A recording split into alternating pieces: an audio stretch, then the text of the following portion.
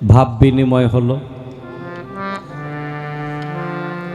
চমৎকারভাবে প্রশ্নগুলির জবাব করে একটি প্রশ্ন শেষ ভাগেও আমার কাছে রেখেছেন হানিফ সরকার ভাই, চেষ্টা করব জবাব করার জন্য। আর এ কথাও সত্য, বেলায়েতের কিছু কথাবার্তা আছে জানা থাকলেও বলা যায় না। একজন গুরু মুর্শিদ সে অবশ্যই জানে, কিন্তু জানলেও সব কথা বলা যায় না। আপনি ছেলেকে কেন বিয়ে করাইতেছেন এটা তো আপনি ভালো করেই জানেন, আপনি ছেলের বাবা, কিন্তু এটা আপনার মুখে বলতে পারেন না। এটাই সামাজিকতা, কে ঠিক না? তো যাক, নবুয়ত এটা হলো প্রকাশ, আর বেলায়েত হইতেছে বাতুনি। এই জন্য আল্লাহ কোরআনে বলছে যে তোমাদেরকে আমি দুই প্রকারের এলেম দান করলাম, তোমরা গ্রহণ করো, একটা জাহেরি একটা বাতুনি। জাহেরিটাই শরীয়ত বা জাহেরিটাই নবুয়ত, যেটা চোখে দেখা যায়, আর যেটা দেখা যায় না এটা হইল বাতুনি। দেখেন, হাদিস দলিল পইরা অনেক কথা শিক্ষা করা যায়, কিন্তু যে কথাগুলো হাদিস দলিল খুঁজলেও পাওয়া যায় না, ওই কথাগুলো একজন গুরু মুর্শিদের সঙ্গ করে লাভ করতে হয়। এটাই সঠিক, এটাই নিয়ম। বড় পীর আব্দুল কাদের জিলানী রহমাতুল্লাহ আলাইহি অনেক বড় মাপের একজন আল্লাহর ওলি ছিল। খাজা বাবা বড় পীর তারা মাদারজাত কলি, তারা ওলি হয়েই দুনিয়াতে আসছে। আস্তে শুধু তাই না, তারা এই দুনিয়াতে আগমন করার আগেও আরো কয়েকবার আসছে, কিন্তু দুনিয়ার কোনো মানুষ চিনতে পারে নাই, আল্লাহর রাসূল চিনতে পারছে। আল্লাহর রাসূলের সাথে তারা সাক্ষাৎ করছে। দেখেন, একদিন রাসূল পাক সাল্লাল্লাহু আলাইহি সাল্লাম ঘরের সামনে জ্যোৎস্না রাত্র, পূর্ণিমার রাত্র বৈশা আছে। মা আয়েশা সিদ্দিকা রাদিয়াল্লাহু আনহা দূর থেকে লক্ষ্য করে দেখে আমার রাসূল পাক সাল্লাল্লাহু আলাইহি সাল্লামের দুই জানুর মধ্যে, আরবিতে জানু, বাংলায় যেটাকে আমরা উরু বলি, উরু, দুই জানুর মধ্যে দুইটা পুতুল খেলা করতেছে। মায়েরা, বোনেরা তারা কিন্তু একটু ওই ছোট বাচ্চা বা পুতুল এইগুলির দিকে একটু আকৃষ্ট থাকে। মা আয়েশা সিদ্দিকা দৌড়ে গেছে পুতুল ধরবে, উনি যাইতে যাইতে দুইটাই আবার উপর দিকে উঠে গেছে। বলে, হে আল্লাহর নবী, আমি তো লক্ষ্য করে দেখলাম আপনার দুই জানুর মধ্যে দুইটা পুতুল খেলতেছে, কিন্তু আমি আয়েশা ধরতে পারলাম না, তারা উপর দিকে চলে গেল। হে আল্লাহর নবী, রহস্য কি? আল্লাহর রাসূল বলে, আয়েশা রে, তারা এখনো দুনিয়াতে আসে নাই। কয়, দুনিয়াতে আসে নাই? তাহলে এটা কেমনে?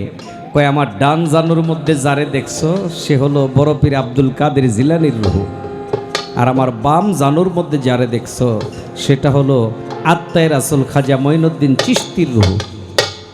তাইলে তারা মায়ের গর্ভ থেকে দুনিয়াতে আসার আগেও রুহানিভাবে আরো কয়েকবার আসছে।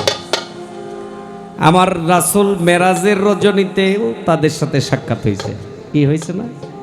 বুরাকে উঠতে পারে না, বুরাকে একটু উঁচা, লক্ষ্য করে দেখে একটা পাথর আছে, পাথরে নবীর কদম মুবারক রাইকা যখন বুরাকে সোয়ার হয়েছে, তখন আস্তে দেখে পাথর থেকে একটা কান্নার আওয়াজ আসে। জিগায়, তুমি কে? আওয়াজ আসে, ইয়া রাসূলুল্লাহ, আমি আপনার নগণ্য একজন উম্মত। আল্লাহর নবী কয়, তুই নগণ্য না, আমি তোর জন্য দোয়া করলাম, আজকে তোর কাঁধে আমি পা রাখছি, তোর পিঠে আমি পা রাখছি, এই পৃথিবীর সমস্ত ওলিদের কাঁধে তোর পা থাকবে। বড় পীরের রুহানি বোরাকের লাগামটাই না ধরছে দয়াল নবী, নবী দইরা রাখছে, কিন্তু দেখে এটা খেলে আরেকজনে। রাসূল কয়, তুমি কে? কয়, হে আল্লাহর নবী, আমিও আপনার একজন নগণ্য উম্মত। কয়, না, তুই আত্মায়ে রাসূল, তুই আমার আত্মার ধন, দুনিয়ার মধ্যে তোর নাম হবে খাজা মঈনুদ্দিন। তাইলে দেখেন, দেখা আগে থেকেই হয়ে গেছে।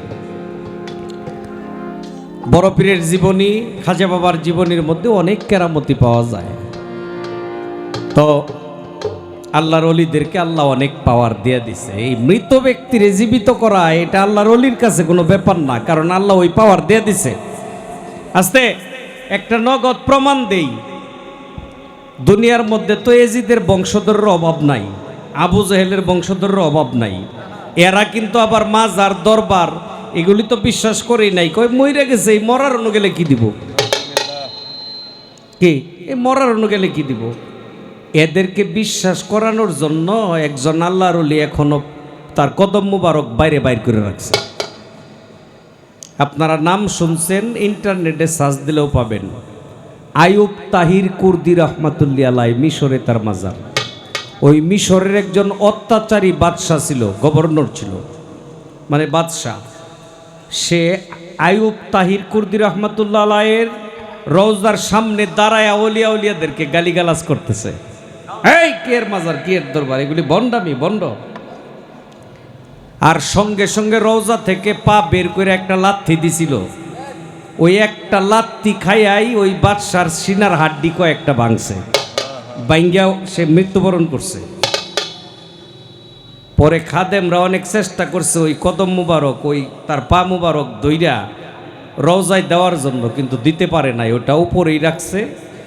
এরপরে সমস্ত খাদেমদেরকে বলছে যে আমার এই পা জোর করে কেউ রওজায় ঢুকায়ও না, এটা কিয়ামতের আগ পর্যন্ত বাইরেই থাকবো, যারা বিশ্বাস করে না ওদেরকে দেখানোর জন্য।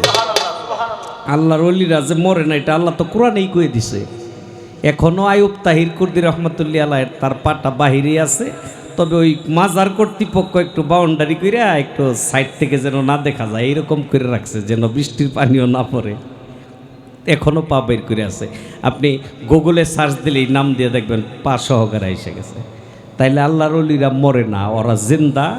ওরা দুনিয়া থাকতে যা করতে পারে, পর্দা নেওয়ার পর আরো ফায়েজ ডাবল হয়ে যায়, আরো ডাবল হয়ে যায় ফায়েজ। এই জন্যই অলিয়া উলিয়ার দরবারে যায়া মনের আশা পূর্ণ করে, মানুষে যা চায় তাই পায়, যদি চাওয়ার গতিটা ভালো থাকে। কে পায় না?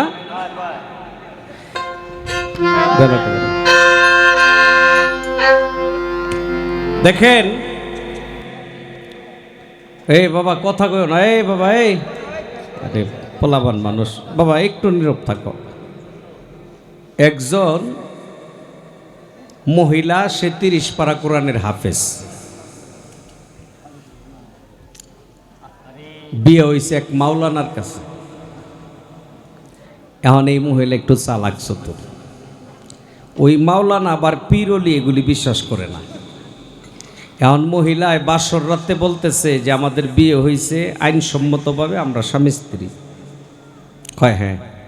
কয় আপনি আমার গায়ে হাত দেওয়ার আগে আমার একটা প্রশ্নের জবাব দিতে হবে। কয় কি প্রশ্ন? কয় আপনি মাওলানা, আমি হাফেজ। কয় হ। কয় 30 পারা কোরআন আমি মুখস্থ করছি, এটা আমার সিনার মধ্যে আছে। আপনি হাদিস দলিল পড়ে হয়েছেন মাওলানা। আচ্ছা হাদিস বড় না কোরআন বড়? মাওলানায় কয় কোরআন বড়। কয় তাইলে কোরআনের রূপে কি হাদিস রাখা যায়? কয় না। কয় তাইলে আর আপনার সাথে আমার কোনো লেনা দেনা নাই, কারণ আপনি হাদিস পড়ে মাওলানা হয়েছেন, আমি 30 পারা কোরআনের হাফেজ। কোরআনের রূপে তো হাদিস উঠতে পারে না। এখন তো হুজুরের কাম হয়ে গেছে, সারাত্র আর ঘুমায় না, খালি চিন্তা করে কি করলাম আজকে এই সাজাকে লিগে। পরে দিনের বেলা কিছু বন্ধু বান্ধব আছে, আলোচনা করছে, কয় তুই তো অলিয়া উলিয়া বিশ্বাস করস না, বড় পীরের দরবারে যা।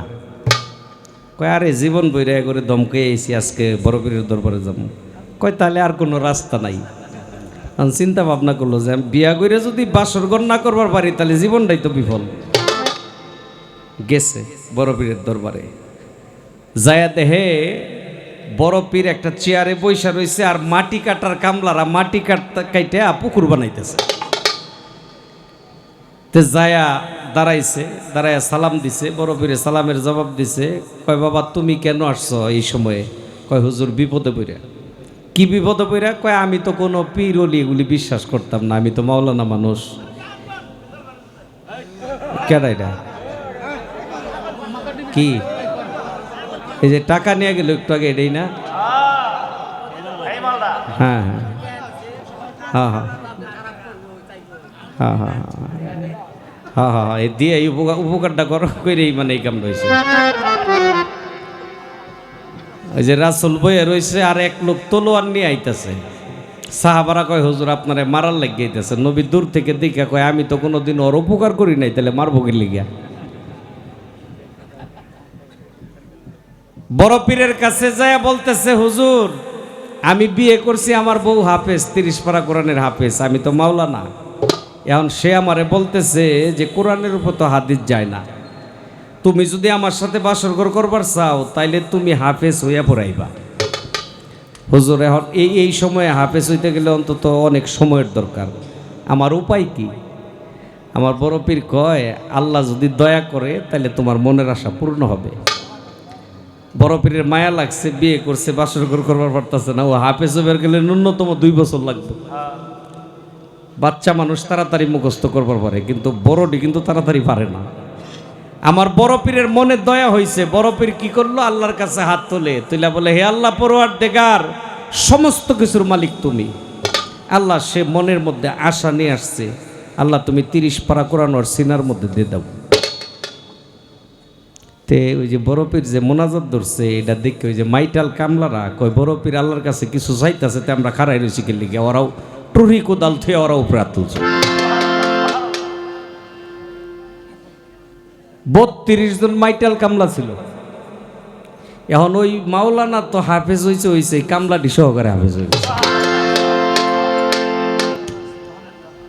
অলির কি খেলা!